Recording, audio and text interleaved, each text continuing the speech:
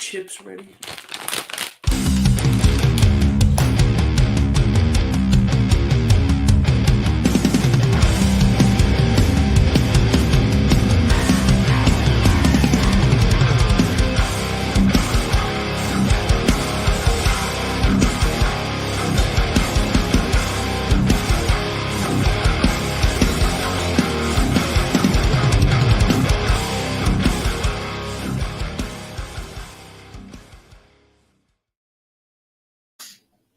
Hello and welcome to another episode of Behind the Barricade Live. I'm your host, Rodney Harris, joined by my co-host, Krista Carlson, Mark Ray. Krista Carlson, how are you, buddy? I'm good, dude. What's going on? Not much, man. Just another day in the life, another day on a beautiful day in New York City. You guys, this weather is starting. I feel a change in the air, boys. I feel a change. Spring is around the corner. It's here. It's supposed to be the first day of spring. What was it, yesterday or today? But it's coming, guys. It's coming. Bear with us. No more winter jackets. But Mark, how you doing, buddy? About to shed a tear because you finally said it. Oh, but co-host? Yeah, man. Oh, okay. You said it, guys. You finally said it. Still jobbing to me. Oh, you son of a bitch. Well, co-host. I guess I gotta say it for the introduction, right? I can't disrespect them on the intro. But anywho, the reason we're here is to talk some wrestling with you. So, folks, if you guys haven't figured it out yet, this is what we do on Mondays, man. We talk wrestling. That's what we do. We talk with AEW, we talk NXT. We're a little behind schedule today. It's my fault. Sorry about that. But we are here. Guys, if you ever want to get in touch with us, you guys know where to find us, man. You can find us on all the social medias. You can also find us on Twitch now. Twitch Behind the Barricade 1. Come on, man. Let's get it. We're live on Twitch now. You also have a number going across your screen. If you have a question, comment, complaint, or concern, all you have to do is dial that voicemail number. Your voicemail will get played live on the air. 631-319-7958. So, folks, that number will be rolling across the screen all night long, so don't hesitate to give us a call. But, boys, we had a decent week in wrestling. Some things to get into. I've been vindicated. Ooh. We did. By Max Caster on Rampage. Oh. He went at Keith Lee the same way I would have. Okay. He alluded to his boring content, and he also alluded to the fact that he didn't come in with a new outfit. So I have to say, not just me, people. Speaking of Keith Lee, have you guys seen the comments about Keith Lee on Twitter? What do you mean? Oh my God! Hold on, let me see if I can find it. Are they equating to his size and look? No, they're funny though, man. Like, so basically, like there was a whole bunch of comments that went out on Twitter about him, like, kind of looking like an exquisite type of person. An exquisite type of person. Here, so look here. So this one read. What's exquisite about? Keith Lee looks like the kind of guy who would argue with the referee in a very polite manner. Like, sir, that was 3. I'm quite certain that the opponent was completely and adequately covered in such a way that his shoulder could not protrude vertically in any fashion. You know the sad part about it is it goes to what Chris is saying. It's no umph about him, and it's like he's the nice guy. I liked Max Caster before. Now I love him. I was vindicated in his little promo before his match against Keith Lee, and I couldn't have said it better myself. There was somebody else that said Keith Lee should wear a monocle. Jesus Christ. Well, look, I'm gonna say this. Love Keith Lee, man. I love the guy. I think he's fantastic. This AEW run can do a lot for you. I think this is the opportunity to get a fresh start. I would have came in with something different, fresh start, fresh look. Yeah. I wouldn't. Me personally, I'm only speaking for me. I wouldn't want to make a debut as the same guy. I wouldn't want to do that. I want to make a debut as somebody that's new, somebody that's different. Because if I don't, I'm going to come back as the average guy that I normally am, that everyone knows me as. I don't want to do that. I want to make a splash. You allude to, did Scott Hall and Kevin Nash show up in WCW, the same guys that they were in WWF? No. Not Did at all. Steve No, Austin they show weren't. up the same guy, or did he repackage himself to make himself different and stand out? Did Rocky Maivia come in with tassels hanging from him? No. He repackaged himself and gave a fresh start. Nobody wanted to watch Rocky Maivia. No, Rocky Die was the chant, wasn't it? Yeah. So, look, it happened. So maybe I wasn't, Even Jeff Jarrett did it. Jeff did it. Yeah. He came in. Jeff did it. He cut the hair off. Started wearing as Eric Bischoff calls it, the I won't say it for the kids that are watching, the man part dancing outfit. So if you get he looked like a Chippendales dancer instead of looking like a wrestler. And sometimes you got to repackage yourself. Keith Lee, yeah, the missed opportunity right there. Good job, Max Caster.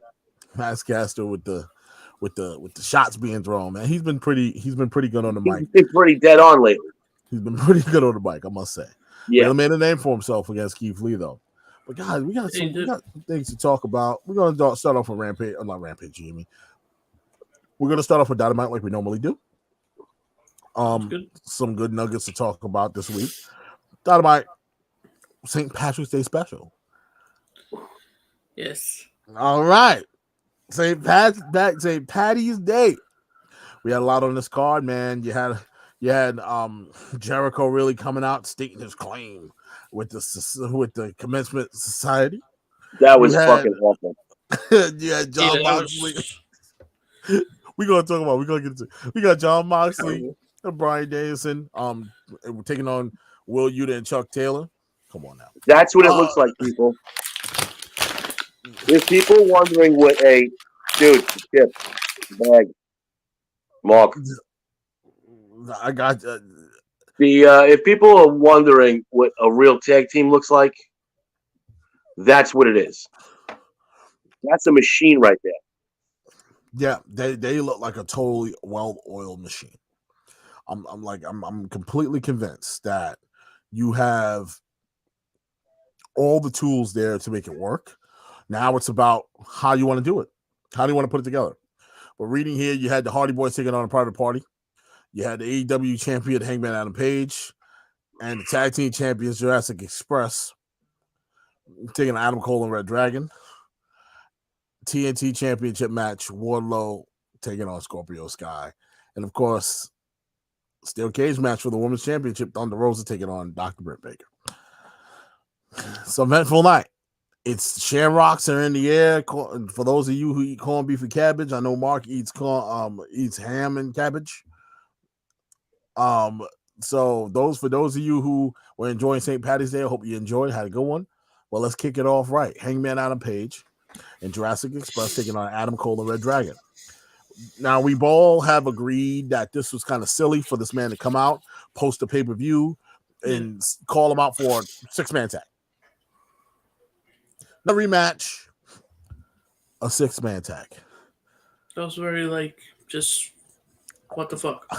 I believe reason is to get all your main guys on the card, right? Feature all your big guys on the card. You got tag team champs there. You don't really have a place to put them on this card.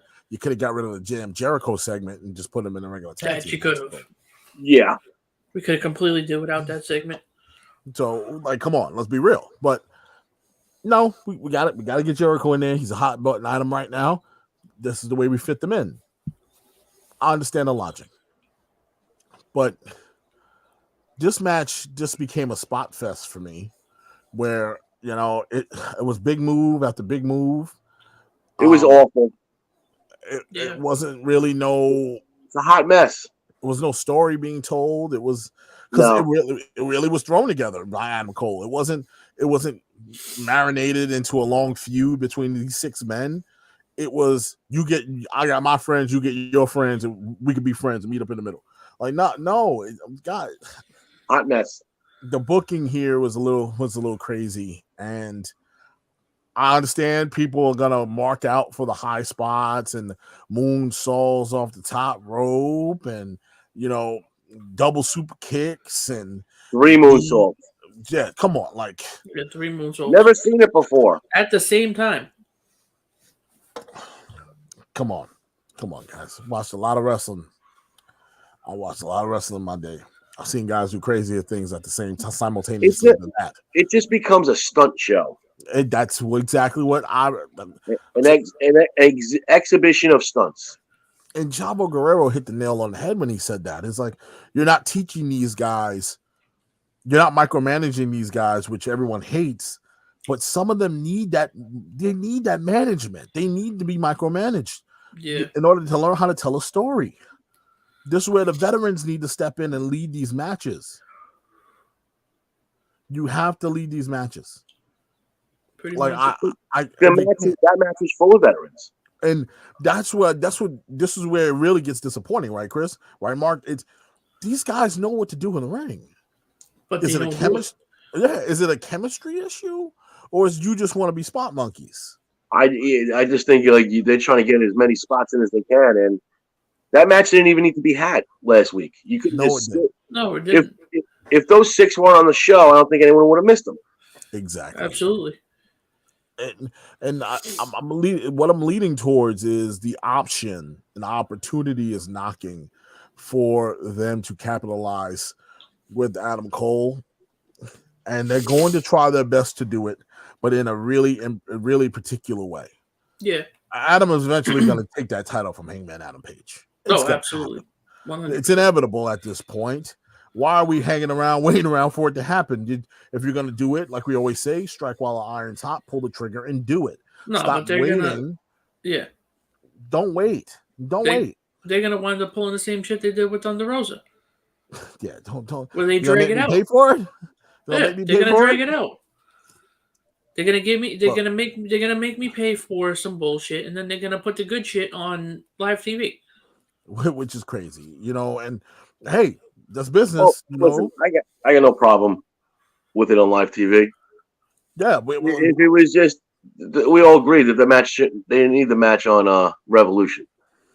Yeah, no, and I think that you could have used those matches at Revolution. If you would have flipped this card, I think you'd have been fine. But you put all the stuff on Revolution that should have been on St. Patty's Day. I'm beyond. Am I lying or am I lying here? That cage match should have been on Revolution. The cage match should have been on Revolution, and they should have just called Revolution like Bloodfest, and nobody would have said a word about too much blood. Yeah, it could have been March Madness Bash. It's all semantics. Yeah, they do work for the Turner Network, who happens to be a big proponent and have a great deal with the NCAA. I think you could have played it right into March Madness with that and you could have helped the network. The network could have helped you. Boost. We all helping each other, So if we're talking business for a quick second, I think that would have been a perfect opportunity, but there wasn't hit there. We relied on the St. Patty's Day crowd. I believe, if I'm not mistaken, they broke 1 million last week.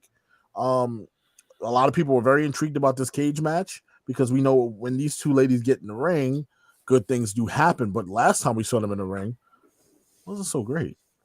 Well, yeah, I want to bring that up later.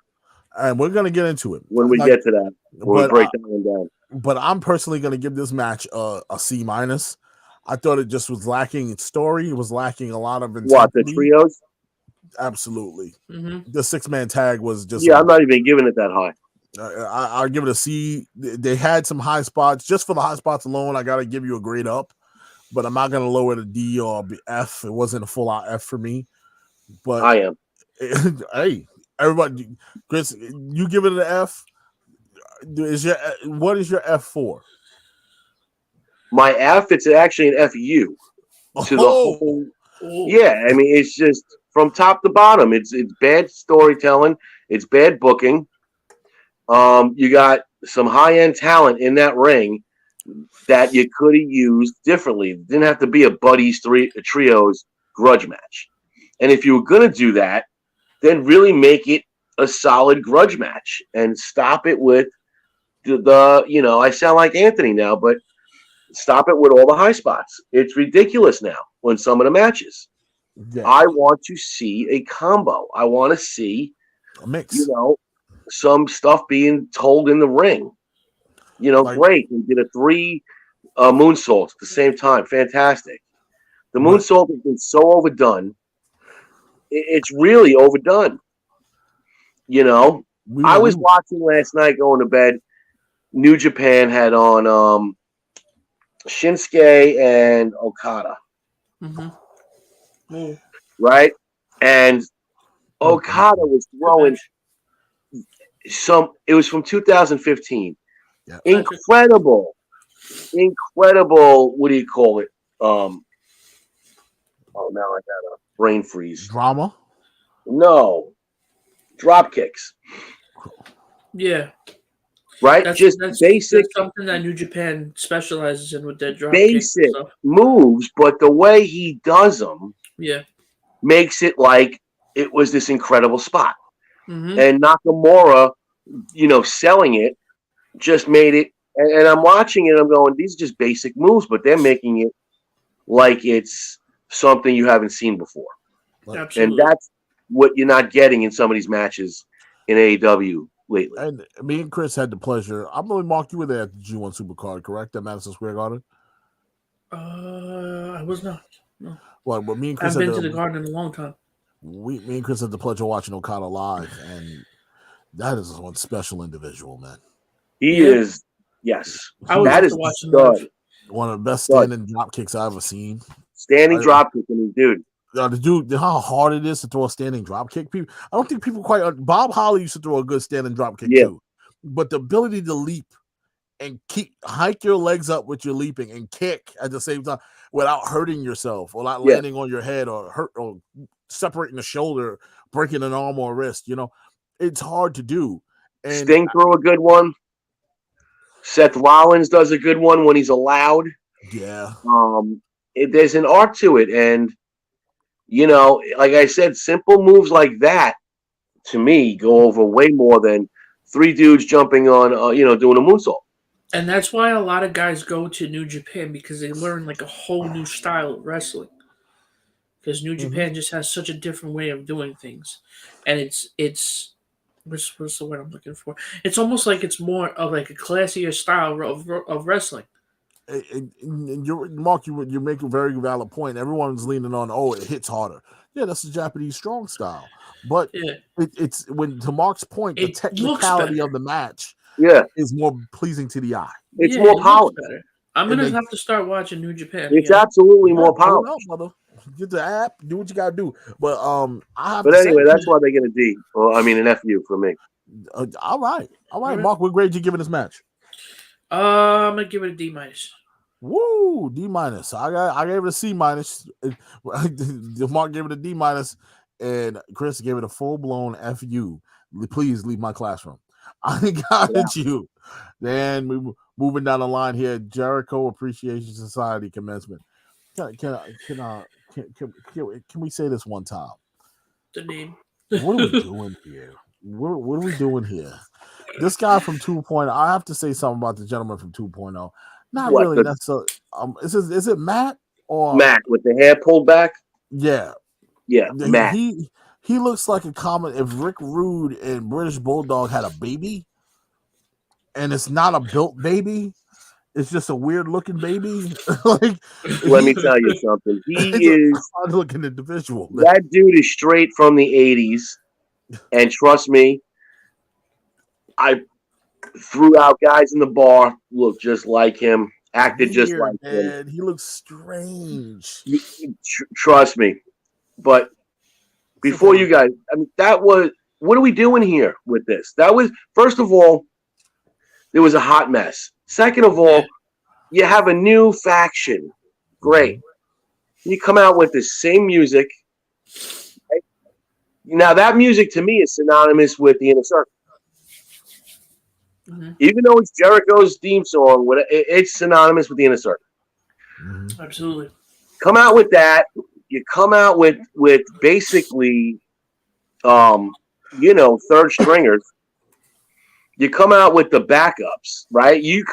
That's like that's like Notre Dame showing up with their JV squad.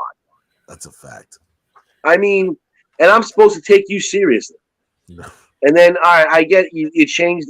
You want to use their real names, fine. But what are we doing? I don't know. I don't know what to make of this. I said it last week. I do like the fact that Jericho is willing to help anyone. I do like the fact that he's willing to give them a chance and try. Because at this point, it doesn't really hurt Jericho's legacy. Not really. He's already a legend. He's a man-made god in pro wrestling. It's not gonna change him to give them the rub. But it's a beautiful opportunity for these guys to step up and show us what you're made of here. You're surrounded by a god. All right. K Marvel with the chicken. What's going on, K Marvel? You know what up, dude? I don't think they could step up anymore, though. That's what I'm saying. I'm afraid. I think they reached their peak. Yes, the only one you could break out of there is Garcia, and that's I was just about to say. I like the kid's look. Good look going on the other night, as opposed to the other two, looked like they were coming off of South Beach in 1989. I was very much confused. You were conflicted by this pairing of two. For lack of a better word. I'm happy to see wrestlers get an opportunity elsewhere, and I'm all for it. But I think if we talk about releases to make room for new people, 2.0 got to be on my list, man. I'm sorry. You think? They gotta go. They gotta go. If this don't work, you gotta hang this up. This is a wrap. They're elevated jobbers. Yeah, this is job. There you go. Elevated. That's a good term. I like that. Yeah. This is not total, but they're not.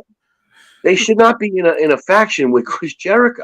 No, this is the Rock or Stone Cold trying to come out here with the oddities. Yeah. You can't. Yeah, it's not gonna work like that. You know, with insane clown posse. Like, nah, it's not how you get over. I think Rodney and Pete Gas had a better chance. Yes, these guys. Yeah, at least Rodney and Pete Gas. So they used to sell, boy. They could sell their ass off. But these guys right here is just it's tough to watch, man. It really is. And the name of the group, stupid. It's stupid. I don't like it. I'm not a fan. Call it the Jackass Society. There you go.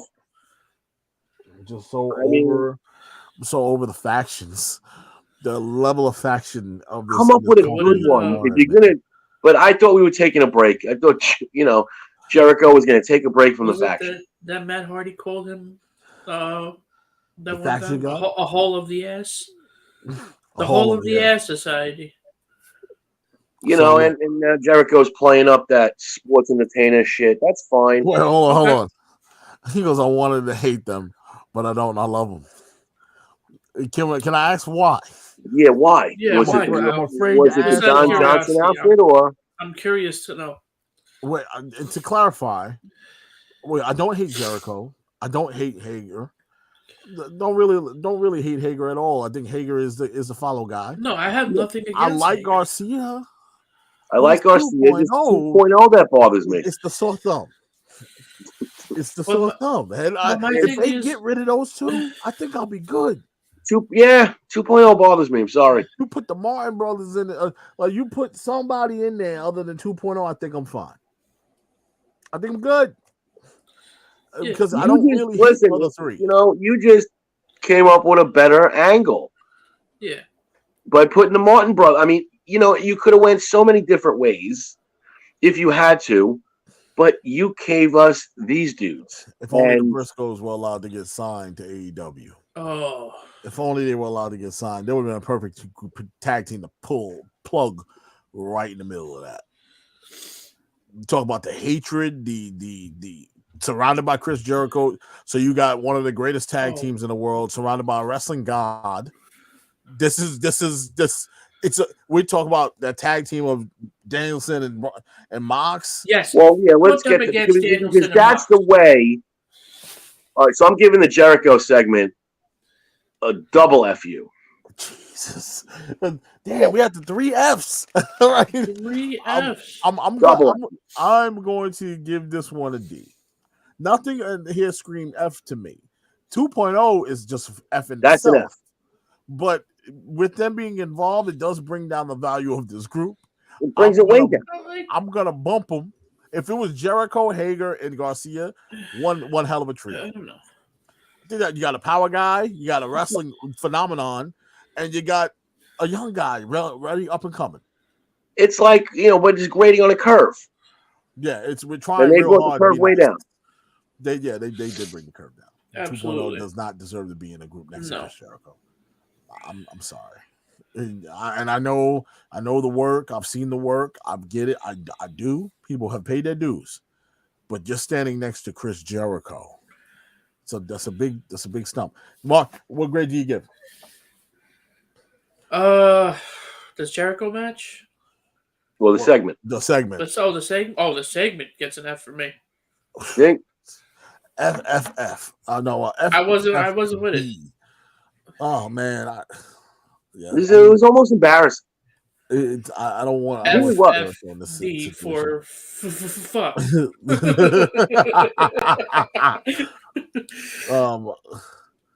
Jackass society. Oh, remember, before we move forward, what did you guys think about that line about Jericho saying he calling himself a sports entertainer? He seems to be pushing it lately. Yeah, it was corny. He ain't lying. You are a sports entertainer. We know you're a sports entertainer, but but what Eddie Kingston calling for the other Jericho, and then we supposedly got it. Yeah. Right? The New Japan Jericho, and then we got it, and now ever since he did it, he's referenced himself a few times as a sports entertainer. They already made a fucking T-shirt out of it. So, which I'm cool with. It's not a lie. He's not up there lying or telling a fib. I try not to question it. It was one of those lines that was just quoted to sell merch. Well, which is cool. Hey, man, company gotta make some T-shirts. Just baby. like the whole Eddie Kingston D's Nut shirts. Oh, there was man, a line that was used to put it on a T-shirt. Me and Chris be saying lines all the time. We gotta put them on T-shirts, baby. That's what it go. That's how you got to make big sales. But you got, the thing is, a lot of people online, of course. If it works, it works. Fanboys never fail, man. Every week I gotta bring them on. Never fail. Why he gotta always throw shots for? Shots at who? He's stating that's a fact. He's a sports entertainer. That's what he is. For those of you who don't understand what pro wrestling is, let me paint this spectrum for you. Is wrestling on television? Yes. It doesn't get ratings. Yes. Why do you watch it? Because you're entertained. Is wrestling a sport? Yes. So if you put the word sport and entertainer together, what are you? A sports entertainer. Exactly. So as much as we want to paint AEW as this pro wrestling company, yeah, you're right. They are a pro wrestling company. They are a pro wrestling. With sports entertainers. Hello. Like, in a nutshell. Listen, once you leave the barn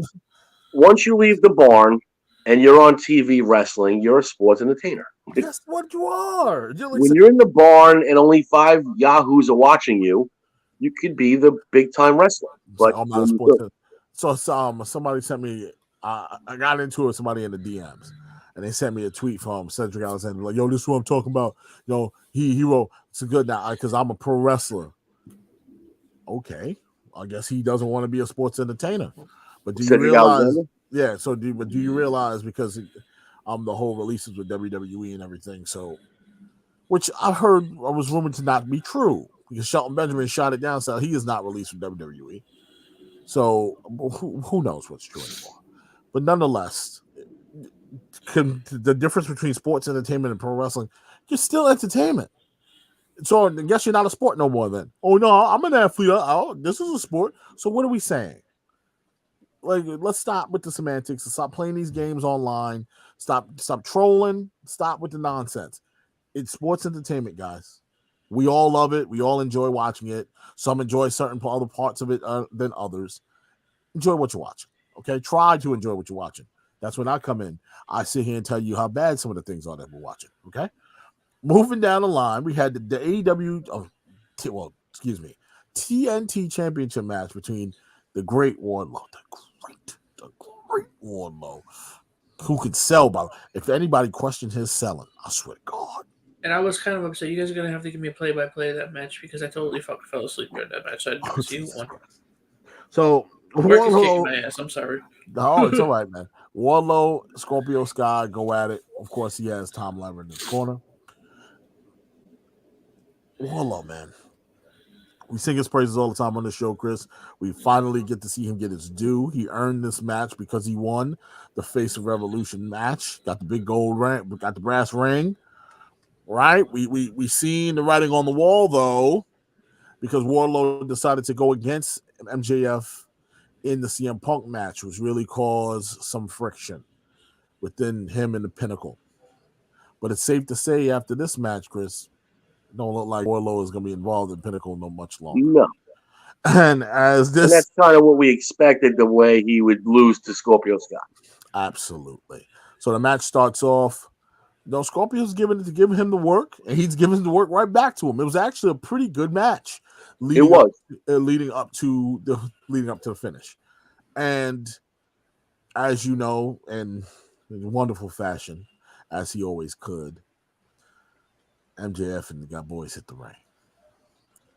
And of course, once you think that Wardlow's going to do it, he's going to reach that opportunity. He already reached and grabbed the brass ring. Now he's going to put the gold around his waist.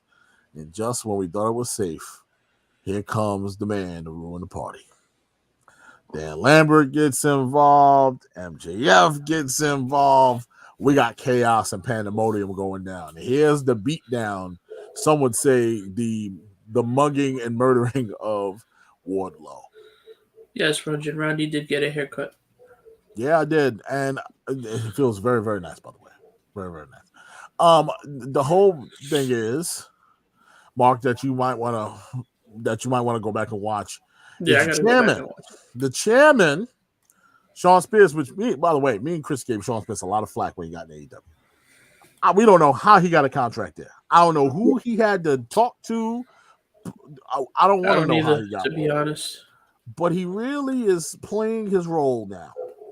He's not really doing too much. He's in the specialty moments with the crew, and he plays his role. Of course, the chairman brings the chair in the ring and decides to beat the holy hell out of Wardlow.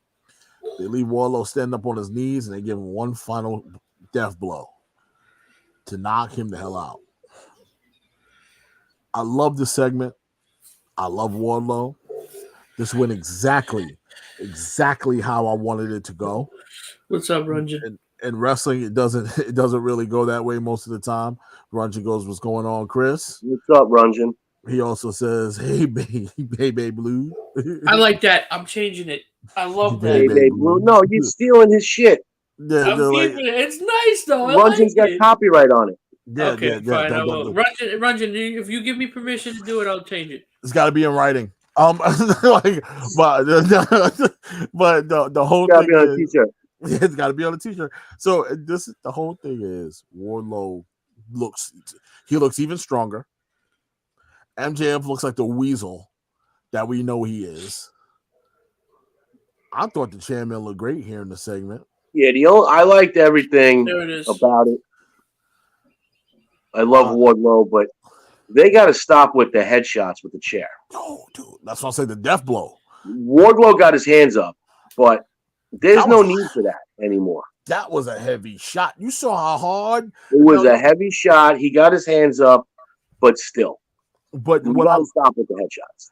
Chris, you're right. You're 100% right. And the thing here is, it gave you a man to go after because you can't just go after MJF so soon. Yeah, you gotta have to go through somebody to get to him. Mm-hmm. Usually, you gotta go through Wardlow in order to get to him. You gotta decimate the chairman. Oh, that's why I'm excited because I know that's coming. And the storytelling here, whoever booked this did a great job. You told the story of now I gotta go take out the chairman, and if Tully gets him on, I gotta take. Oh, not Tully. If somebody else gets in my way, I gotta take them out. And I'm going for you. I'm coming for you, MJF. Because you cost me an opportunity at a title. Good story. The chairman's going to get tossed around. I cannot wait to watch Sean Spears get used as a crash test dummy. This is going to be phenomenal. And the match between MJF and Wardlow is going to be great too. Yes, the chair shots to the head need to stop. He did get a hand up, but that damn chair was swung so fiercely. I don't know if the hand helped. I don't even know if it. And we've seen where it's gone awry in the past with the chairman. So it's got to stop. And then real quickly, what happened to Big E? We've been talking about this for how long?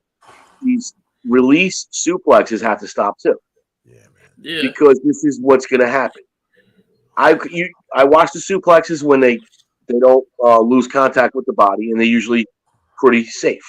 Man, you start doing these German release suplexes, and then you're going. And what happened to Big E is what happened.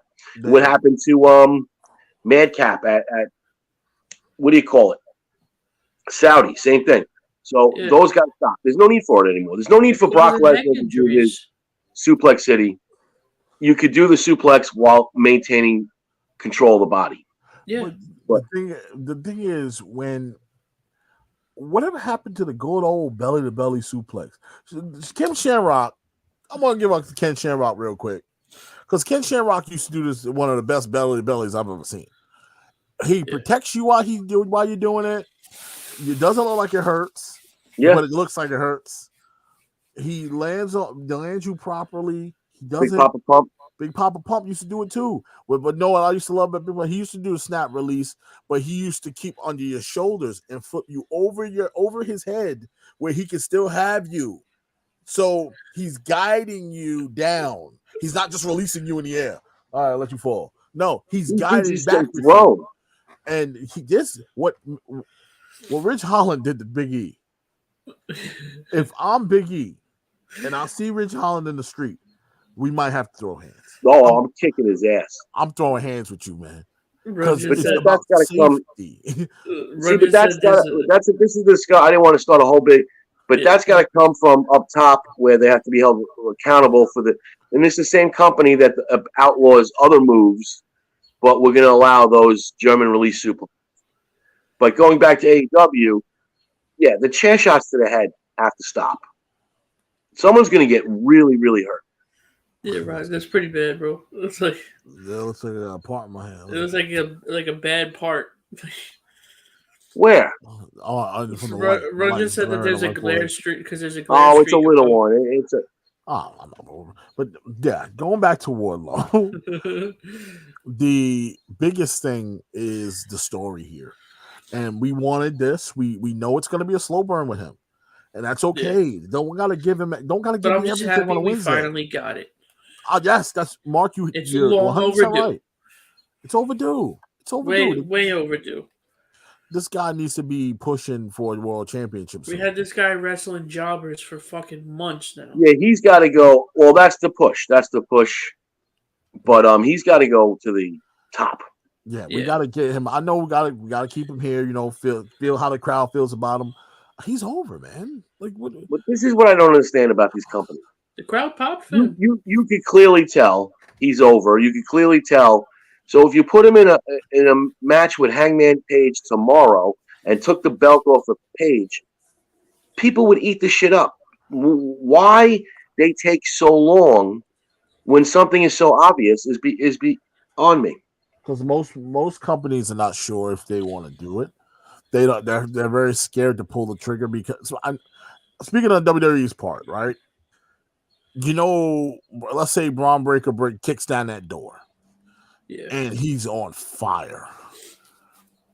They're scared because the crowd is reacting to him.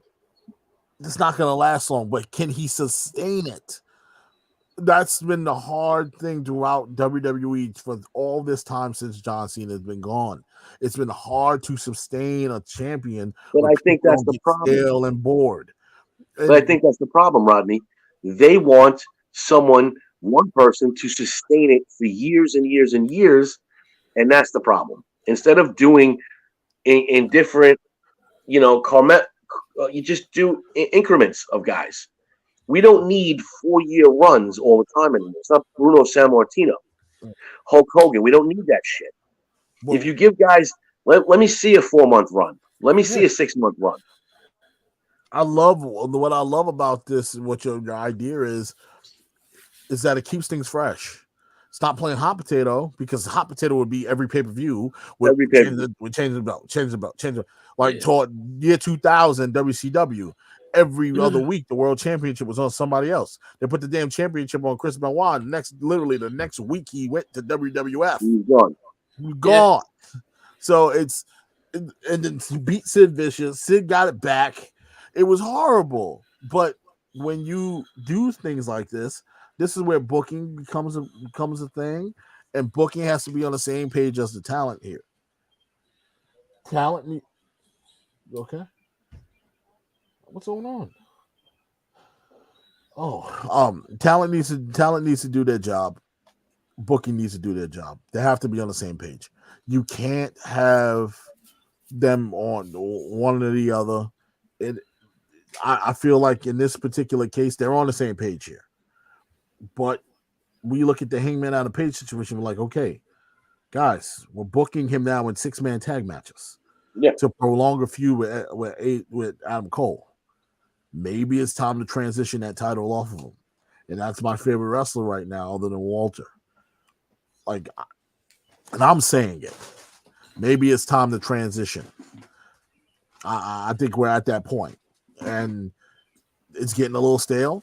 Is he over? Yes, still somewhat. He's not what he was, but he's somewhat there. Hello. But it's a situation in which guys like Darby Allin, they're gonna need to step in and really take the bull by the horns and run with it. MJF, you just named 3 of them. I just think that if you start pulling the trigger on these dudes, it'll elevate your product. Okay, fair enough. So I give it an A. I take a plus back because of the headshot. Okay. I was gonna give it an A as well. Yeah, I love this segment. I love this segment. It was pretty good. We got Moxley and Danielson. Oh yeah, Moxley and Danielson. But before we do that, we're gonna jump into the comment section. So Roger said, you don't want to Brock Lesnar it with Wardlow. And then he went on to say, but you also don't want to Jeff Hardy it either or Kofi Kingston it. Yeah, where you got the belt on him and then took it off of them as fast as you could. So what's better, Wardlow winning the title and having a long run, or win the title and have a short run first and then win it back and have a long run? I would say win the title, have a 6-month run. That's where I'm at right now. Yeah. Win the title, have a 6-month run. Drew Kratz with the check-in. What up, Andrew? Yeah, I don't think any of these dudes would show you that they need a year run. No, I don't think a year's too long. A year's too long, man. Unless you're putting on 5-star matches every month and on paid television. Unless it's Bryan Danielson. Unless Roman Reigns. Unless you're Roman Reigns, unless you're Bryan Danielson, unless you're a big name with some charisma or some wrestling style. But listen, let's be honest. Roman Reigns is getting stale now.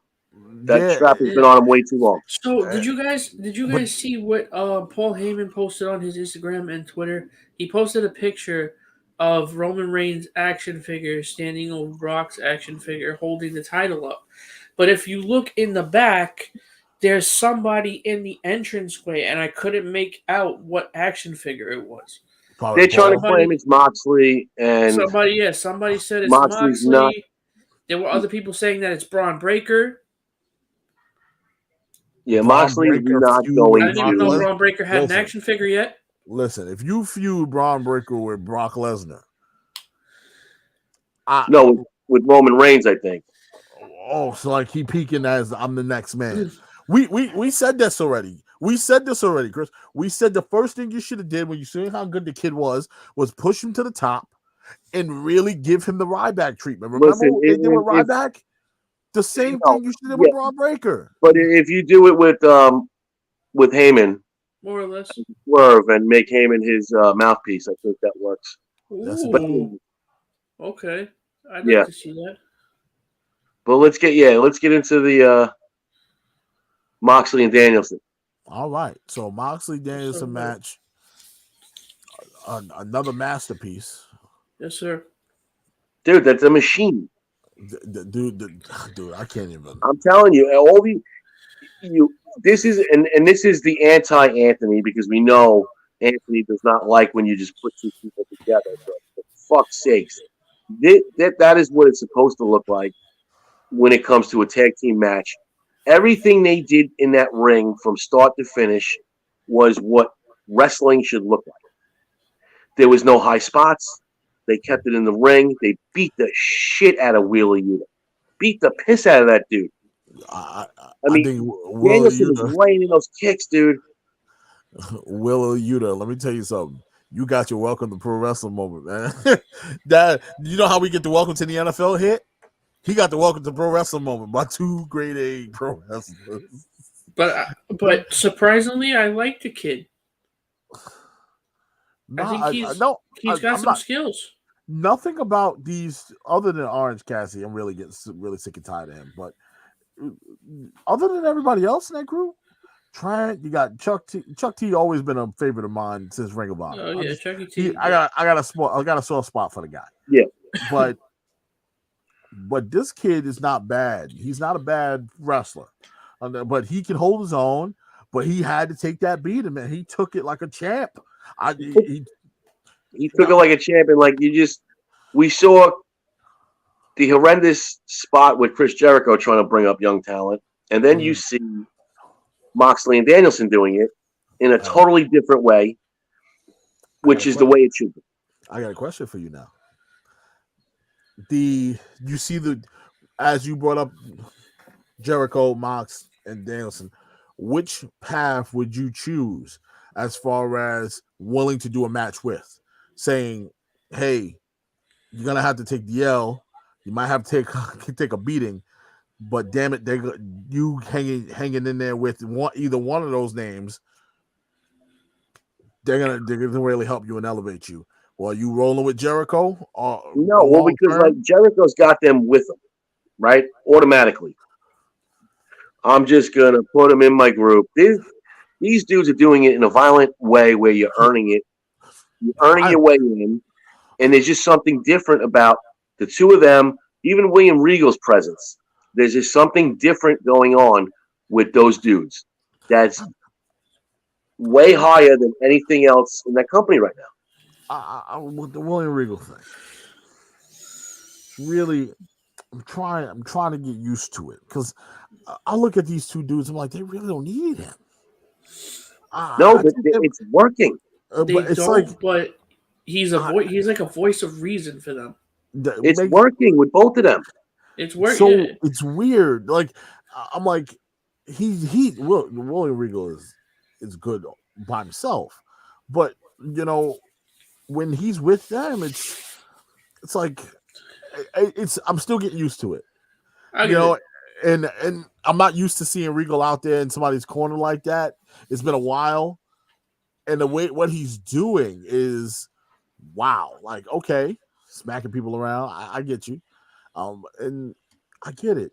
But the respect level, if I'm a young talent and they tell me, yo, you can join Jericho's faction and he helps elevate you, or you can feud with Moxley and Danielson. I'm going Moxley and Danielson. Take the L, but you're gonna have to take the L, take a beating, but they will allow you to get offense in and make you look good. I might have to go with them. I'm gonna have to go with the route of Moxley and Danielson, man. They're different, man. We watched Undisputed Era. They were Undisputed Era. Did that look like the Undisputed Era to you in that trios match? It did. No, it didn't. No. Oh, in the trios match, I thought you were talking about did Moxley and Danielson look like the Undisputed? No. I was like, they did. But Adam Cole and Red Dragon, that didn't look like Undisputed Era. No. These guys, listen, again, when you have a Moxley who came in, as much as they called Seth Rollins the architect. Yeah. Moxley was the architect of that group. Yeah. He was the mouthpiece in the beginning. So the way that the man knows how to do it. Bryan Danielson brings another whole set of his viciousness that he's bringing to the table. And like I said, from the way the match started to the way it ended, That's tag team wrestling. That is just a step above, 5 steps above anything else I've seen from that company lately. And they're the trajectory. Those guys. Yeah, I would say I think honestly they're gonna, not to say that AEW's tag team division isn't great to begin with. They have a great tag team division, but I feel like Moxley and Danielson together is just what's gonna completely elevate this tag team division. It's gonna just take it to a new level. yeah, They're I in another do. league. These two. They're in another league. Hold on, we got a bunch of comments blowing up here, guys. So Runjan said, "But look at Drew Mack. He won the title lackluster run because of COVID, and now he's not even in the picture. He can sell seats if he changes it up a bit." I agree. Yeah, the Warrior shit's Then not he as said, old. "Regal's a good mouthpiece. He can control them or release the hounds." Oh, Good point. Well, you see how he went on commentary and let them do their thing, and he didn't come down to the ring until after the match. Steinberg said, "Fuck Regal. He should have went to wait, what? Impact instead." Damn, Mike. Why should Regal go to? Come on, Mike. It's like, Ron just said, "Drew, what movie did you guys see?" And then we got the check-in from Jessica Hoffman. What's up, Jess? Hey, Jess. what's going on? Like, But anyway, that's just a different animal, those two, and that's why I like wrestling. That's what wrestling should be. Absolutely. And to piggyback on what I said in the beginning about the New Japan, that's what you see. Look, I love tag team wrestling so much. I will watch a straight tag team pay-per-view. Nothing else but tag team hell, wrestling. bro, that would be lit. It's something like tag team wrestling, man. AEW, if you're listening, tag team pay-per-view. Look, I'm gonna give a quick shout out to this man right here. This man got married to a beautiful bride over this past weekend, and kudos to Mike Mack for tying the knot. Congratulations on Mike. your wedding, brother. I hope you're enjoying your honeymoon right now. So you guys in front of the Disney castle and doing your thing. So my brother, congratulations. Congrats. Beautiful, beautiful couple right there. Amazing stuff. Love to see it. Love to see love right there. Enjoy Disney, man. They'll tell you that Seven Dwarfs Mine Train is a mother, so you better be careful. Yeah. But when you get deep dive into it, I have no issues with Regal. I just got to get used to it. Somebody gotta get paid somehow, some way. You know, maybe like I said, maybe Impact didn't. Listen, he's doing a different role. Maybe like Impact didn't offer him anything. He came in. Why is everyone so in love with Impact? I'm gonna tell you why. They sit there with 3 people watching in the audience. But they good though. The stories are good, Chris. I'm telling you, the stories are good. They're just not given the opportunity. I don't understand why. But and let's be honest, they're not paying what AEW's paying. That is true. Money wise, market. I've been trying to give it a chance, and every time I try to watch Impact, I don't know. Bro. I think they got to go a little bigger than what they're doing. I can't get into it. These ballrooms. And Regal, Regal came in and changed up his character. Although he looks the same with the suit, he's doing something different. He's not the GM. It's like I wish they can be in the ballroom all the time in Impact, because us New Yorkers show up for Impact. Like we show up and show out. They pack that place out. And so when you're not packing places out the way they used to, it's hard. It's difficult for them to do that. And I think they need to get back on the move a little bit and start letting some more people into their shows. I saw the pay-per-view. There had quite a bit of people there. Had a good sizable crowd, but it's almost less than NXT. It's hard to watch wrestling with no sound. We tried that. See, that's something I will not pay for. I am not paying for you to wrestle in front of your family and friends. Sorry. It is. I'm not. That's not a pay-per-view. It's a tryout. That's a tryout. Come on now. It's a tryout. Watching wrestling with no sound, like no background noise at all. No. We tried that already. It's no difficult. implemented so let's crowd just put sounds. that until Impact wants to act like big boys. Let's put that to bed. Oh man. But yeah, they don't have the caliber of money to do something like the Thunderdome. Why would you the Thunderdome when you can have live people go in there? You can have the people. Well, during COVID, I mean, Well, What? they're in Nashville. Isn't it based in Nashville? But they're on the move. Hold on a second. Wait a second. They're on the move. I think they're now going to different cities with smaller spots. Yeah, listen. But country's open for business. When I see 100,000 people at college football, I mean, for fuck's sakes, there's no COVID restrictions anymore. Get some people. Besides your nana watching the fucking pay-per-view. Oh man, look, I think that a lot of people. Impact comes on Thursdays, folks. If y'all don't know the day it comes on, just be ashamed of yourself. On Access TV, I give that Moxley segment an A++. That's fair. That is fair. I will except agree. for the presence of Dan Housen. Except for the presence of Dan Housen, who creeps me out. Can we stop with the Dan Housen, please? He took over. He literally took over for Orange Cassidy. I'm not kidding. They switched spots. Orange Cassidy kind of went to the backside. Dan Housen went to the front. That's literally what happened. But more or less, yeah. But here we go. Gotta talk about it. The two old men in the room taking on Private Party, the Hardys. Oh, God. Making an AEW tag team debut. Jeff Hardy this past week put out a statement saying that he felt like WWE was wasting him in his last run. And he even questioned sometimes, why is he even there? Really, Jeff? I believe Sportskeeda and Fightful came out and said that was the most unwatched match in AEW history. Well, because I'm going to give it a grade before we even talk about it, and let's just move on to the cage match. The ratings were terrible for that match. Double FU for the Hardy Boys. Chris, I don't even want to talk about it. You know, Chris, you know what this reminds me of? What? LOD when they came to WWE, and it's like they didn't have the LOD oomph no more, and you can tell that it's like. Well, when they came as 2.0 with Sonny? Yeah, like LOD, no, but no. We're talking about LOD 2000. I'll be right back. Oh, LOD 2000. That's what I'm talking about. You had draws in it, and sometimes you are at the top of the world. Now you're at the bottom of the pit. And it shows. Enough of the hard boys. Like, you better off just having Michael P.S. Hayes join you and put the clothes back on. Might as well. Like, at this point. Double FU to the Hardys. Damn, double FU to the Hardys. That's a tough one. No, it's not for me. That's going to make that a drop. But hey, we got all the way to the cage match because we're running on time. Yeah, we got that cage match, and let's just say what it was. It was the match you should have got on the pay-per-view. We kind of saw this coming. I'm real happy that what happened because it was getting a little boring on Dr. Britt Baker's side. Thunder Rosa is the new AEW Women's Champion. They clearly believe in her. They believe in her work. We believe in her work. We will know what she's capable of.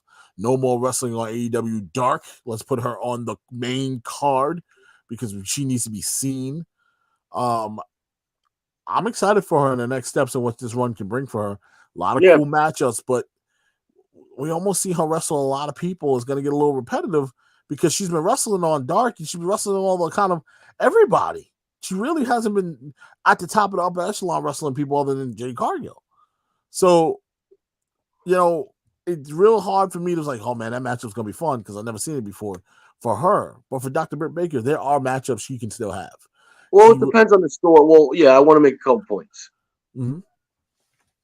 Britt Baker can become a face tomorrow. She doesn't have to stay heel. She can become face tomorrow, opens up a whole new thing for her because the crowd is into her no matter what she's doing. So that could be easily transitioned.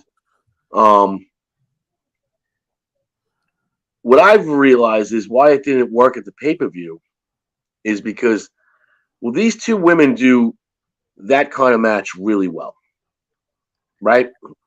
The hardcore. They do it with each other. They do it really well. Not so much when there was no bells and whistles. We all agree that match at the pay-per-view was just a dud. Yep. So I just wonder why that would be that they couldn't perform without all the stuff. But as far as the, the blood and guts kind of matches, they do them extremely well. Yeah, I think that Britt Baker and her just has very good chemistry on Thunder Rosa. And you're right. When they bring in the toys, all bets is off for these two ladies, man. Yeah. They know what to do with them. Thumbtacks. Let's talk about thumbtacks real quick. They don't shy away from them either. People over here telling Britt Baker, you ain't really land on them thumbtacks. You guys are fools, man. What they say? Oh, the thumbtacks not really real. No, you ain't land on them thumbtacks. Oh, they fake thumbtacks? Aubrey literally posted a fucking picture on her Instagram of her pulling the thumbtack out of her arm. Did you see her arm? Her forearm looks like she literally took it off and beat somebody with it. From the holes in her arm and the bruises. Yeah, it was ridiculous. I felt bad for the ref. What's her name? Yeah, Aubrey. When she had to count to 3 and she had to smack the thumbtack. Oh, God. In her arm, bro. This is why that was Aubrey's arm you're talking about? Yeah. They were in her arm. They were in Britt Baker's arm. In her hands, too. Yeah, Britt Baker had like 5 of them all in her forearm, all the way up to her tricep. Aubrey's glove was like shredded. Yeah. And this is why I don't like thumbtacks, by the way. That's that point in wrestling. They hurt so bad. We were past that point in wrestling where we don't need. I stepped on a thumbtack one time and it got stuck in my foot, and it hurt for hours. It hurt for hours. Look, we're past it. But these two seem to be bringing back the thumbtack. Do they need them? They don't need the thumbtacks. I don't listen. But does it work for those two? It does, but do I need it though? It works. I don't know what they individual need. Right? It's like somebody selling you a car. You know you need the car, but they're trying to give you 2 more spare tires than the one you already have. Do I need just extra spare tires? I will need them, but I don't need them right now. It added to the drama at the end of the match. It did, though. It's a tough call. Don't talk. Why Chris always do this to me? He always talks me into it. Oh my goodness, it does though. It does add. Damn it! It does. You know why? Because I don't read the shit rags and get swayed during the week. No, and I know what Rodney likes, and yeah, I don't read them either. That's why I was when they busted out the toys. I was like, oh, this is a typical Britt Baker Thunder Rosa match. Here we go. And then when the thumbtacks came, I was like, oh, come on now, ladies, don't do this. Here we go. I was like, oh God, please, I want to see these ladies pick thumbtacks out of their body. Please, no more of this. I don't like when the guys get slammed on thumbtacks. I was like, now you want to bust out the Legos as to be funny? Yeah, stepping on a Lego hurts like hell. Oh, you know what? We should do that in a match. They should do that. Throw Legos in a match. That'll mess you up. No, I think somebody did on the Indies one time. They put a bag of Legos and dumped them on a table and put somebody through it. That shit hurts, bro. Like I'm not. See, the Legos is a problem. It will scratch you up. But the crazy part about it is, this match went exactly according to plan. Except time, because I believe this match was kind of rushed towards the end because one match went over on the card. So you gotta be careful with the timing. But it came off well. It didn't really exceed from it. It didn't look sloppy. No. And I watched the match twice. It didn't look sloppy. I almost want to go back and watch it a third time. No, I recommend when these two ladies get in the ring, it's like watching Terry Funk and Mick Foley get in there. Yeah. Oh yeah. You can't take your eyes off of it, even though it's a train wreck. You cannot take your eyes off of it. A++ to these two ladies. I'm happy to see Britt Baker. And the last thing I want to say is Adam Cole.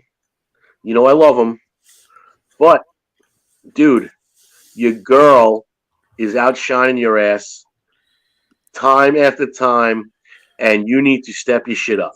Yeah, he does, man. She looks so much better than him right now. Who's the biggest star in that house right now? It's not you. It's her. It's your girl. So, like, since he's got there, and I know it's gonna take time. He just got there, but she is looking 10 times better than he is. Oh yeah, it's a fact. Just saying, a fact. Well, boys, we did have an eventful. Not only that wraps up AEW for the week. You also had some going right into NXT. Yeah, or whatever you get. So we also had NXT over this past week, which wasn't bad either, because I got to start the night off with a really, really fun guy that I think should not still be in NXT. He should be called a pro wrestler. But here we go. NXT kicks off with Miz TV with the brand new NXT champion Dolph Ziggler. They're doing their thing in the ring. Yeah. Starting to make me worried a little bit because, all right, Dolph Ziggler coming back, that's cool. He needed it. Bobby needed it. Miz, what you doing down there? Now it's Raw Jr. Like, what you doing down there, Miz? What you doing? Take your ass back up to the main room. Nobody asked you to come down here. You couldn't do a last legend session with these two. Like, why can't you use her? What is there something wrong? Like, Chris, am I right or wrong? Mark, am I right or wrong? You could with the talkers in the room between Ziggler and LA Knight, you don't need a third person. You could have either one of them start out in the ring talking, and then the other one come out. Didn't have to be the Miz serving it up. Yeah, what I was saying is, if you wanted to do this segment, if you're trying to build, I get it. If you want the third person in there, I'm going to use my young talent that has something going already for her. Well, listen, we had that. Didn't we have the Mysterios? Oh, geez, yeah. Raw Jr. now. I was out of left field. Didn't see that coming. But what I think is happening, Chris, is this is a weird. I think this might sound crazy, but this could be a weird transition to Stand and Deliver, which might lead and fall over into WrestleMania. Because if you look at the two nights, they don't have enough. They got to literally build this in 2 weeks. If you spread the two nights out, I don't think they had enough.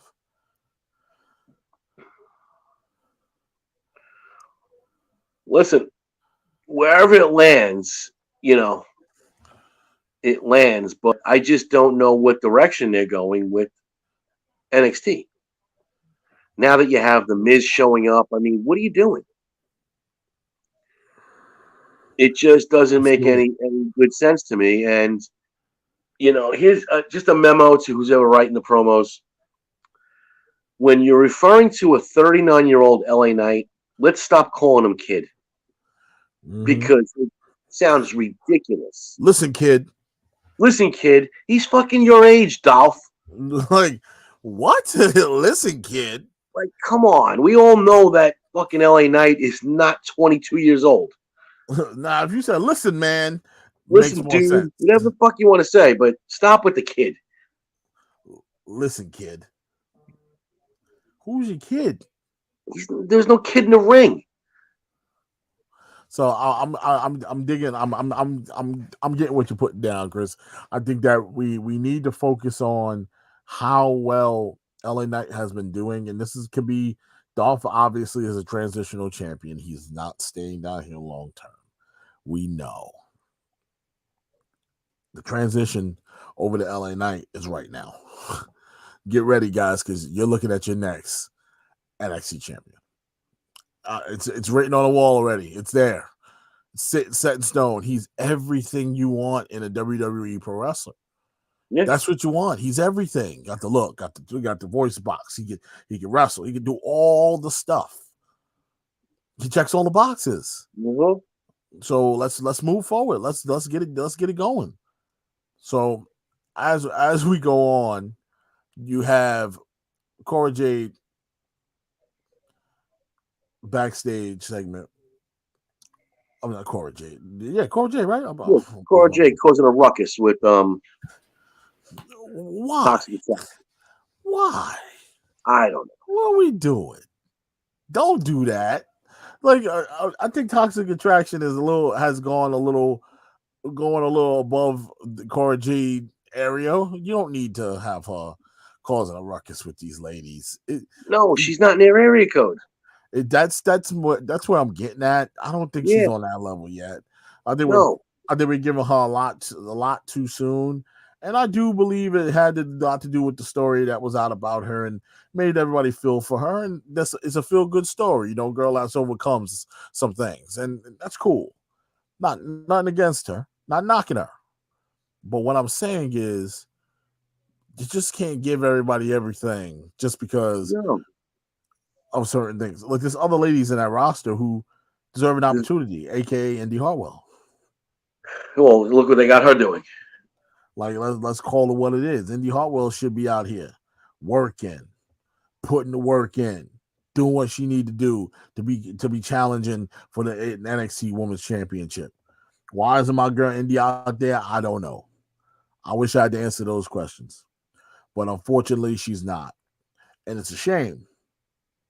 It's a shame because why couldn't Indy Hartwell do the segment? I don't get it. So we did have Cameron Grimes. Oh, go ahead.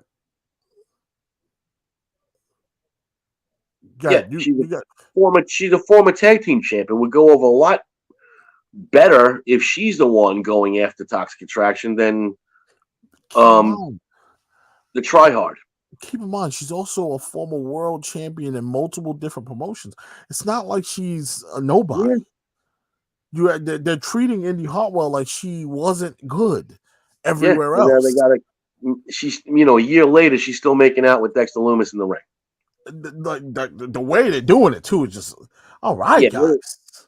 All right, good Lord. Like, first of all, nobody makes out like that. It's just unrealistic. I don't know, man. Yeah, like that's just too much. Like that's too much over the top. Like nobody does that. So when you have a situation like that, come on, let's make it realistic. You're doing a love triangle thing. I get it. Just something that WWE has tended to do for a lot of years. They've done this all the time, but I look forward to seeing somebody else in that spot other than Cora Jade. That's just my opinion. I agree. You have Cameron Grimes taking on Santos Escobar, which wasn't a bad match. I have to say, Cameron Grimes really fell off a little bit, man. Can you guys hear me? Yeah. Yes, we can. Yeah, sorry about that. I had some technical difficulties. My headphones died. Oh. And then I tried to use Tommy's Beats, and I couldn't get them to connect. All right. Well, we hear you good. You're all right. The thing is, you want to also look at, since the change happened over in NXT, we haven't had guys like Cameron Grimes bounce back from that. I think that we're at that crossroads with a guy like Cameron saying, all right, where we're going. Because remember, he was gaining momentum. He was getting steam.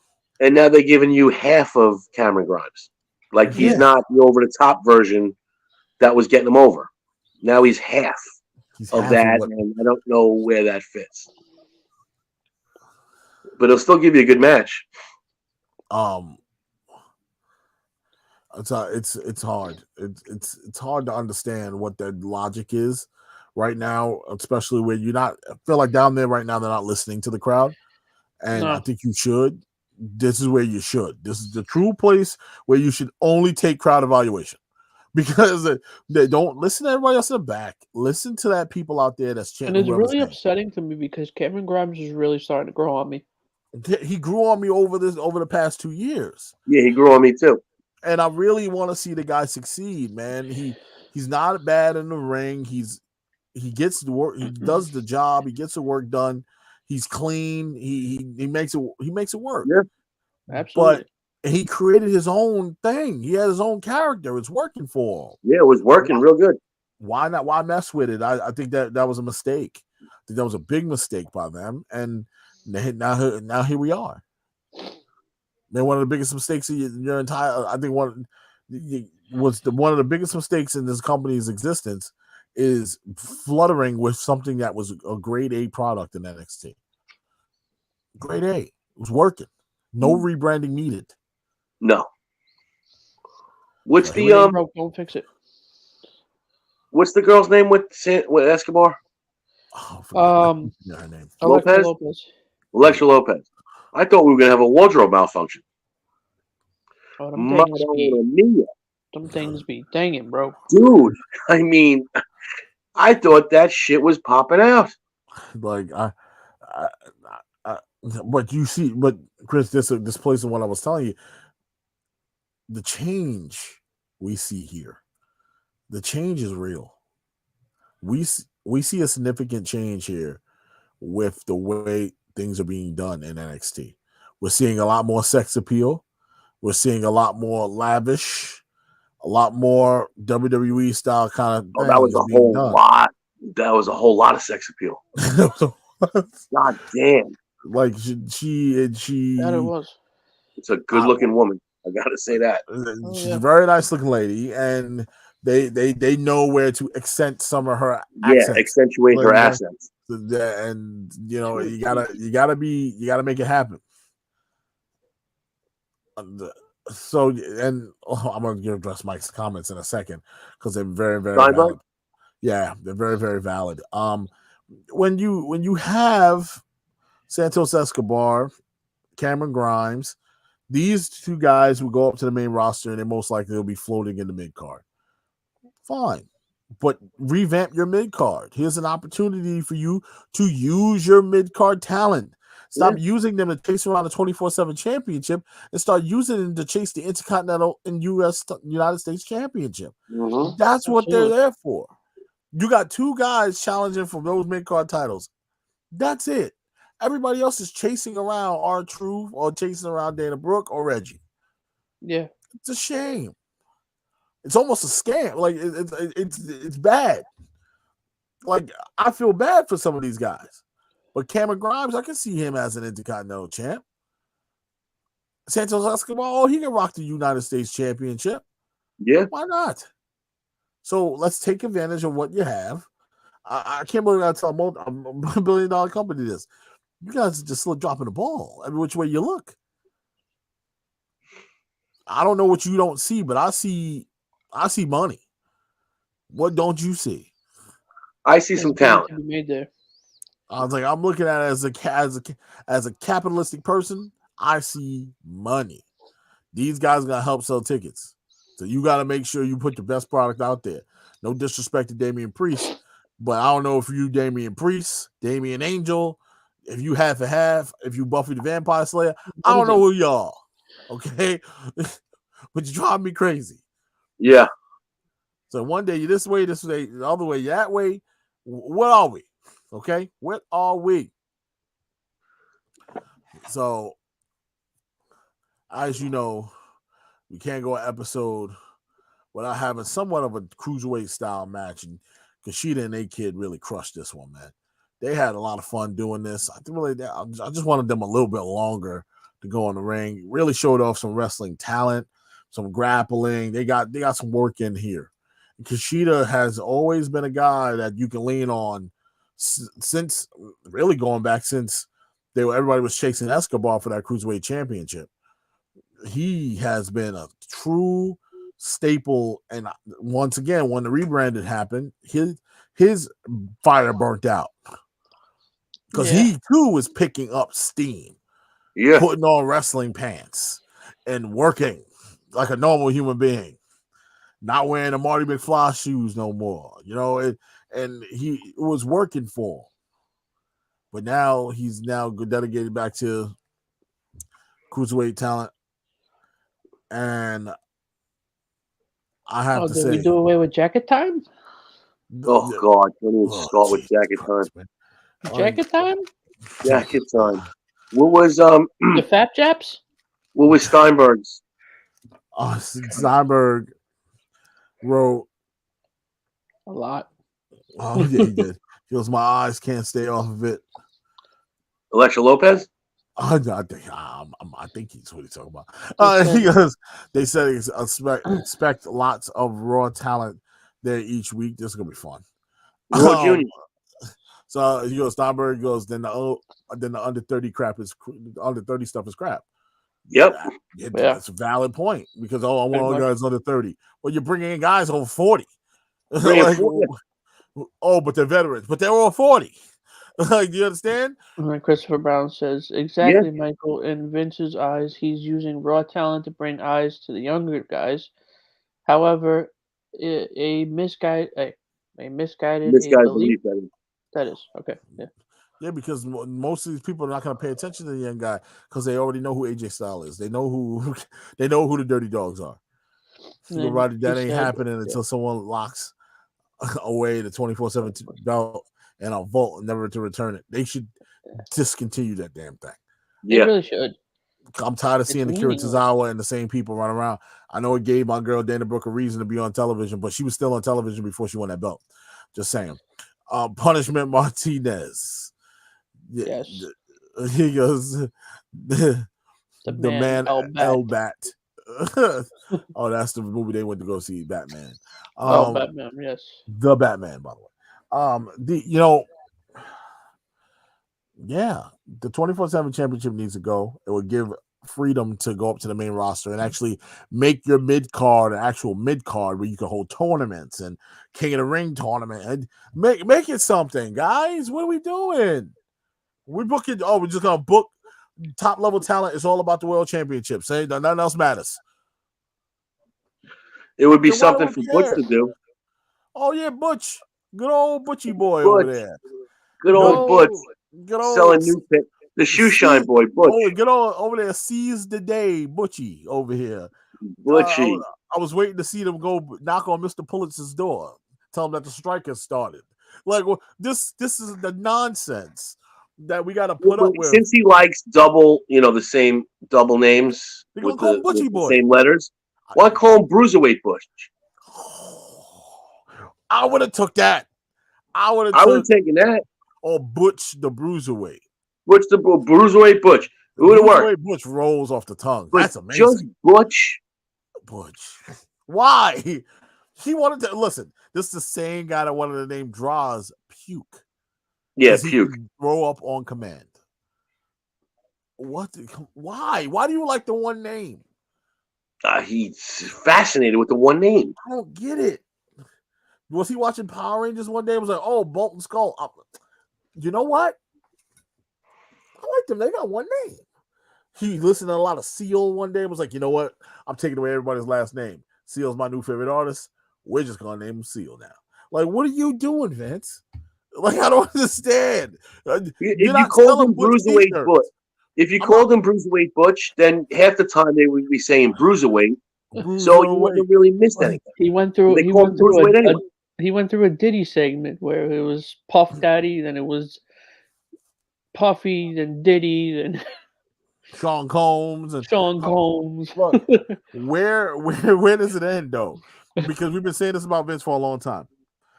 When you got guys in from NXT, they just leave it alone.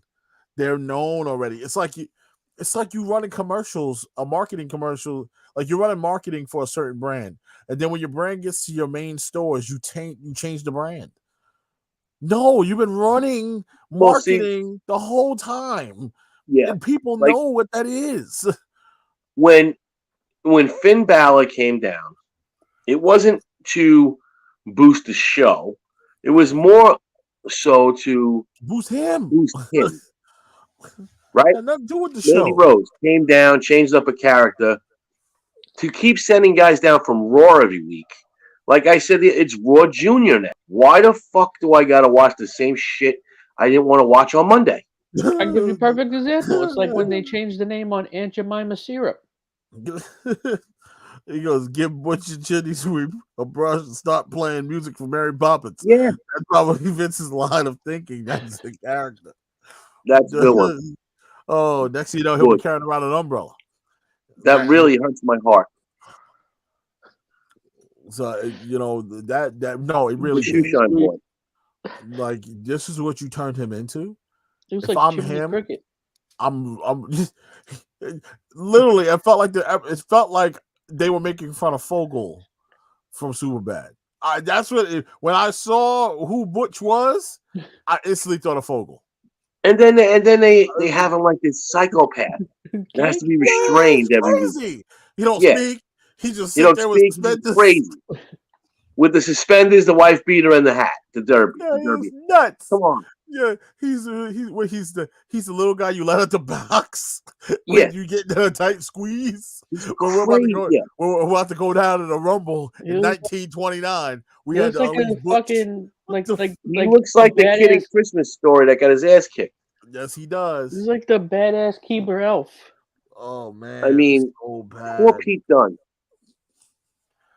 No, they let him out of the box. They just roll him out. But it's the best. Like they restraining him every week. Ace Ventura with Nature Call style. He got his ass kicked. The damn spheres going through his thighs. Some of these things, just we're laughing about this right now. I guarantee you, Vince laughed about it too when he made it up. Yeah, I can almost guarantee you. Vince was like, "Ha! They're gonna love it. Look at us talking about it." He did his job. Call him Butch. Yeah, but we're not talking about it in a good way. Butch is. Oh no! This is a very terrible. Butch's shelf life is not long. I'm telling you that right now. He said Butch's shelf life is not long. Oh yeah. By the way, Saray taking on Tiffany Stratton. Can we just be? Can we make this? I want to make this very clear. Tiffany is not. She's not a good wrestler. What you need to do is put Tiffany. We want sex appeal on some of our wrestlers. Unfortunately, Tiffany, you're not very good in the ring. Neither is my girl Dana Brooke. But my girl Dana Brooke knows how to play her role. You need to learn yours in the early stage of your career. Now, granted, Alexa Bliss wasn't very good either when she first started, but she understood in order for me to make it in this business, I got to learn how to be good real fast. Lady, if you want to be a wrestler in the WWE, you need to learn how to be good real fast. You're at that mode now because Saray made you look like a can of, literally like she was wrestling a can of corn. Steinberg just made a good point with this. He said there's a funny joke going around that Butch is just the new identity for Dunn because how he is a wanted man in NXT. LOL, it's like he's in witness protection. That's terrible in its own right. Yeah, no, that right. That'd be funny. He's a witness protection. I had to change my name to Butch to hide from you. That's hilarious. Butch. Oh man, that was hilarious. That's funny stuff. Back to NXT. I'm digging the idea of having Tiffany Stratton. Like I know she did the whole big flip but I saw China do that move a lot too.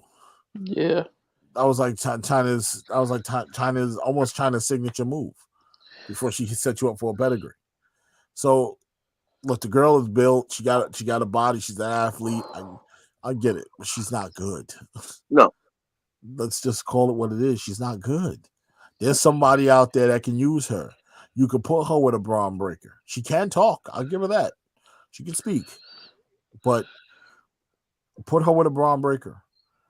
Somebody she's built like Braun Breaker. She can roll with him. It fits. If you both make them look badass, it can work. Absolutely. Like, I know one thing WWE stepped away from, and I think they dropped the ball with this. It's managers and management, valets. They used to be Valet City. What happened? Why'd you step away from the valet game? I love the valet. The valets were amazing, but it added to because the valets were smart. They know how to get involved in the match. That's what made. Well, come on, that's what makes Karrion Kross so good. Let's keep it real. So it's hard to get somebody to understand that. I think it's time for somebody to break the news to her, like, nah, you ain't never getting called out, young lady. Not the way you are right now. You better improve, show me something. Because I have no interest in you. We had LA Knight running into my man Gunther in the back. Gunther look good, don't he? He look good. He looks slender. He looks slender. He looks healthy.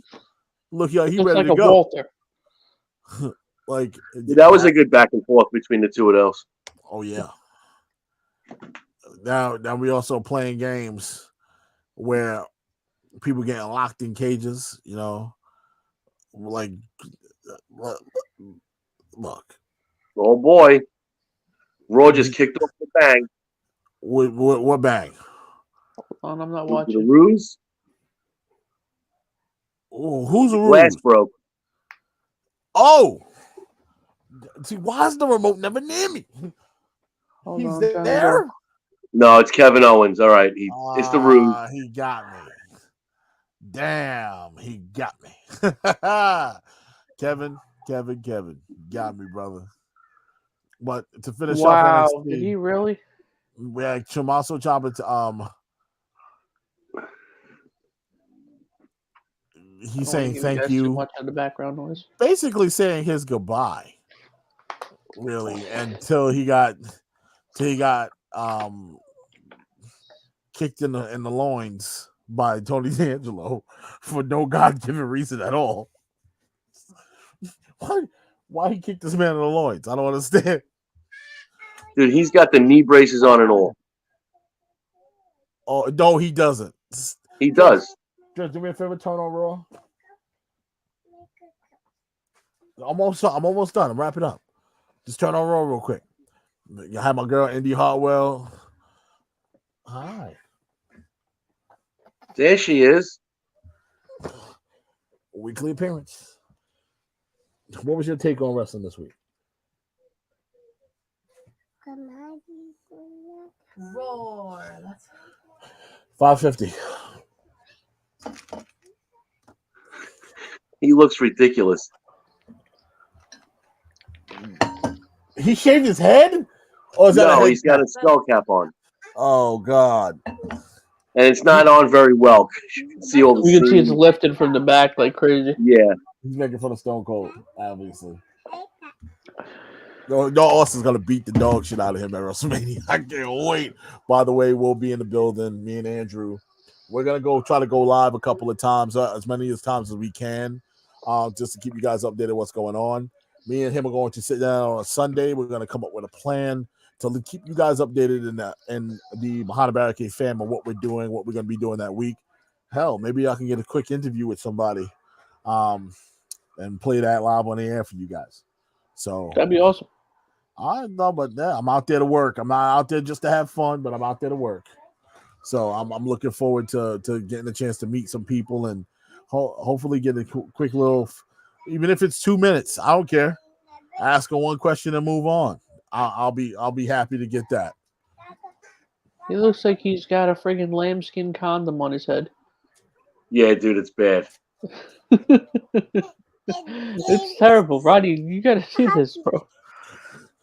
It's bad. Like the shit's lifting and It's actually funny. The hockey it's game is funny. not on. huggy. Huggy games? It's lifted in the front, too. Hug? Give me a hug. Oh. Oh, hug for daddy? You want to watch the Chipmunks? Yeah, Alvin and the Chipmunks, yes. Yeah, she discovered Alvin and the Chipmunks are a thing.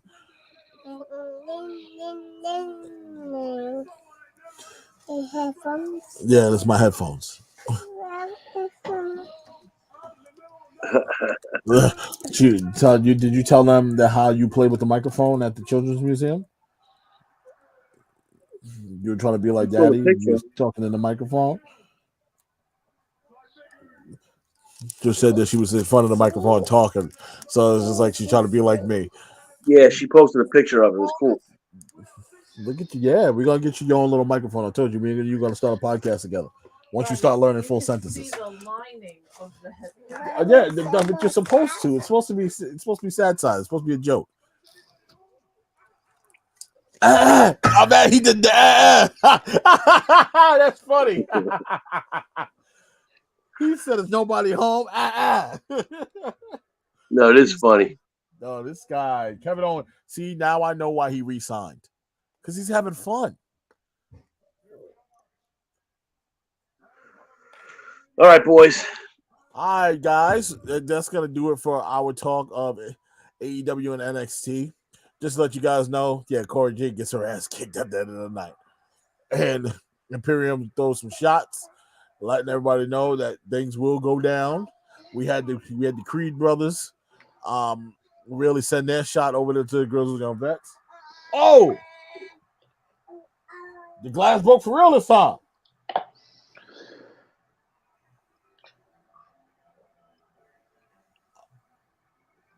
Ain't not like that glass breaking, bro. And he keeps trying to fix the He did it break. again. He did it again.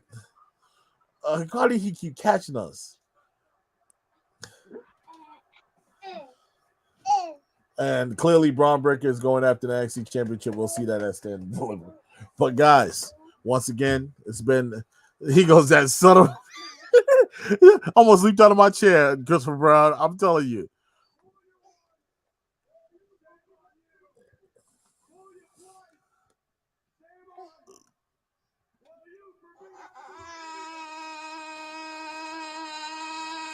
Look at Grandma. Y'all see Grandma pissed off? Grandma was mad in the crowd just now. I want to see Stone Cold. That's definitely gonna be a Yeah, Grandma in the crowd pissed off. Pissed off. She didn't get to see Stone Cold Steve Austin. He's dropping beers. Oh man, it's crazy. The knee pads are coming off. They're laughing at him. Like, this is great. This is amazing.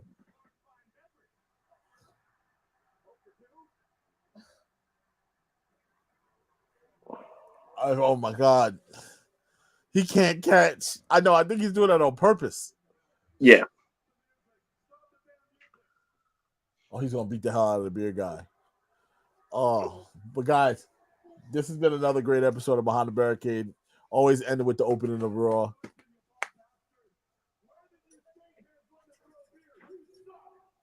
Mommy,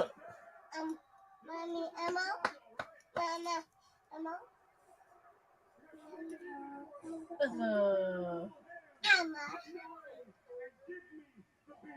He's going to stun the hell out of this kid. Yeah. It is going to be phenomenal. The beer's going to go in the air. It's going to be amazing. Open the beer. That guy definitely looks like a wrestler. Oh, he is.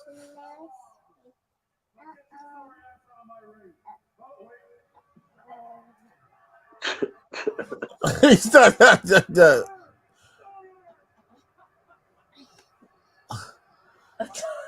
He's starter. No, the after part. Oh, that's funny. Mommy. He's gonna pour the beer on the kid. All right, boys. I'll see you Thursday. We'll All right, do. Chris. See you Thursday. All right. Well, folks, that's gonna do it. Love you guys. Thank you for watching. We'll come up with the full itinerary for what's going on with WrestleMania real soon. And me and Yes, Andrew sir. will break it down for you guys. We'll see you guys Thursday night for Andrew's Hot Takes. Peace. Peace out.